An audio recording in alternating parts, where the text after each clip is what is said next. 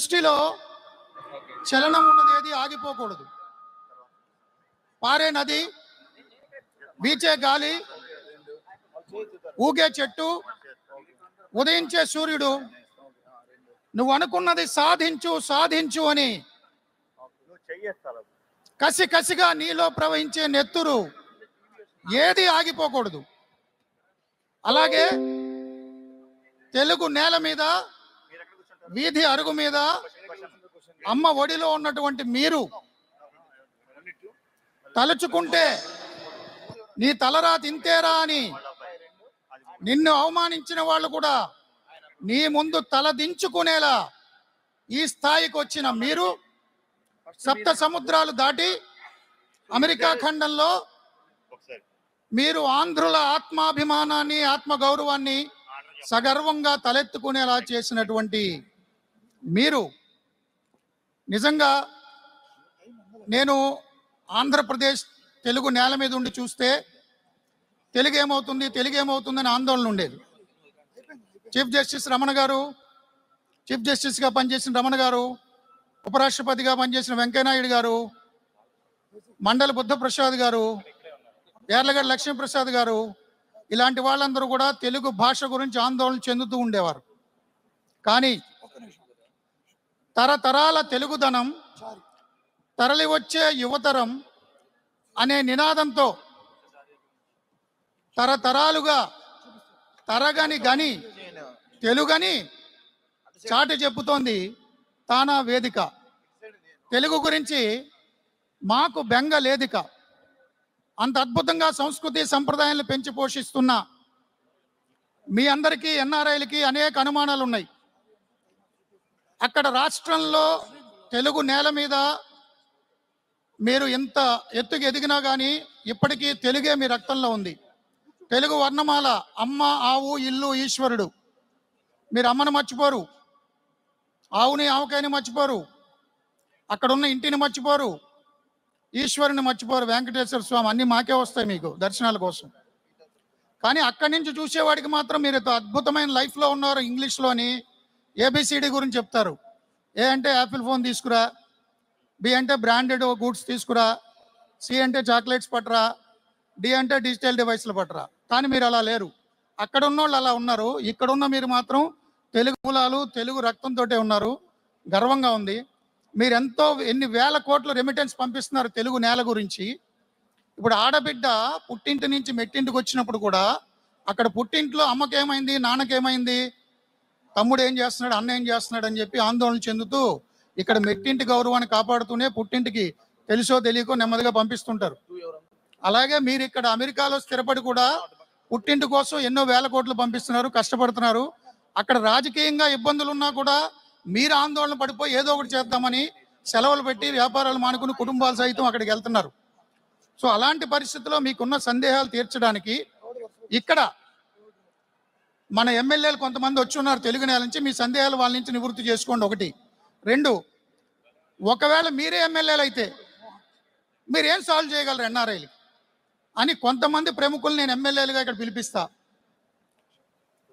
శ్రీశ్రీ చెప్తాడు, హింస నుంచే సృష్టి పోస్తుంది, హింస నుంచే మార్పు వస్తుంది అని. నిజంగానే తెలుగు నేల మీద హింస నుంచే మార్పు వచ్చింది. 3 అక్షరాల నిప్పు రవ్వ, 3 అక్షరాల అగ్గి రవ్వ హింసని తాను తీసుకుని ఒక రాత్రి కాళరాత్రిగా అనుభవించి ఈవేళ చేస్తే రేపటికి 2 నేను నా నేల కోసం ఏదైనా చేయాలని ఒక వ్యక్తి, ఆ వ్యక్తిని 5 సంవత్సరాల వ్యవస్థ ఒక ప్రశ్న అడిగింది, శరణమా మరణమా అని. 2 కాదురా బాయ్, రణమే అన్న వ్యక్తి RRR, మన గౌరవ డిప్యూటీ స్పీకర్ RRR గారిని సగౌరవంగా వేదిక మీదకి పిలుస్తున్నా. 3 అక్షరాల రణ నినాదం, 3 అక్షరాల అగ్గి పిడుగు RRR.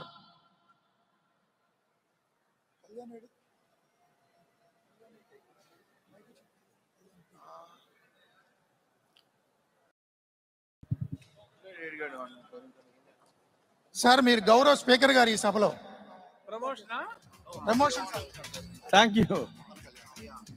ట్రిపుల్ ఆర్ గారు డిప్యూటీ స్పీకర్ ఆంధ్రప్రదేశ్ శాసనసభలో ఈ రోజు ఈ మాక్ పొలిటికల్ ఫోరంలో స్పీకర్. సో మీరు సందేహాలు అడగడానికి ఎమ్మెల్యేలను పిలుస్తున్నా. డాక్టర్ అరవింద్ బాబు గారు నర్సరావుపేట ఎమ్మెల్యే, రోషన్ గారు చింతలపూడి ఎమ్మెల్యే, కంగిరాల సౌమి గారు నందిగామ ఎమ్మెల్యే, వసంత్ కృష్ణప్రసాద్ గారు మైలవరం ఎమ్మెల్యే. రెండు ట్రెజరీ బెంచ్లో కూర్చోవాలి సార్, మీరు ట్రెజరీ బెంచ్లో కూర్చోవాలి మీరు. రండి ఎమ్మెల్యేలు రండి.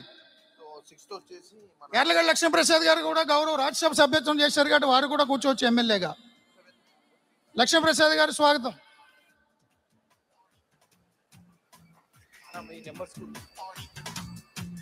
ఆంధ్రప్రదేశ్ అసెంబ్లీలో ప్రతిపక్షం అసెంబ్లీకి రాకపోవడం వల్ల,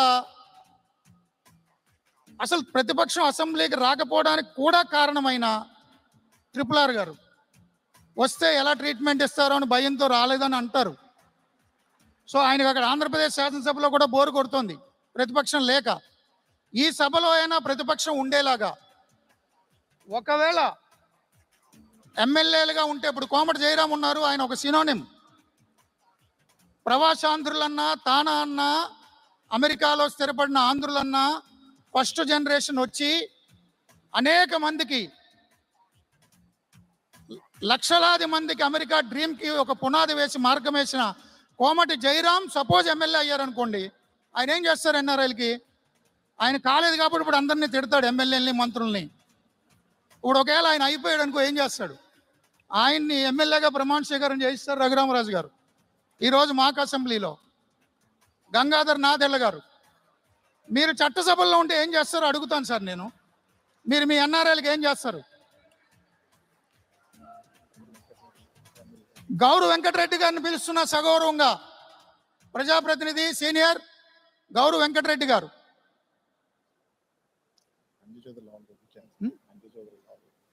లావు అంజయ్ చౌదరి గారు, నాదెళ్ల గంగాధర్ గారు, మీరు రావాలి సార్. మీరు మంత్రివర్గంలో కూడా చేరుస్తాం మేము. మీరు నిజంగానే అక్కడ ప్రజాప్రతినిధులు ఉంటే ఏం చేస్తారు? ఇక్కడ అసంతృప్తి వ్యక్తం చేస్తారు కదా, అక్కడ గ్రౌండ్ రియాలిటీస్ ఎలా ఉంటాయో తెలియాలి. మాసేన్ రాజేష్ గారు, బాలకోటయ్య, బాపిరాజు గారు నికార్సైన రాజకీయ నాయకుడు, జిల్లా పరిషత్ అధ్యక్షులు చేశారు. గిరీష్, బ్రహ్మం, సతీష్ మేక, మీరంతా అటువైపు కూర్చోండి. మిమ్మల్ని ఎమ్మెల్యేలుగా గౌరవ స్పీకర్ రఘురామ కృష్ణరాజు గారు ప్రమాణ స్వీకారం చేయిస్తారు.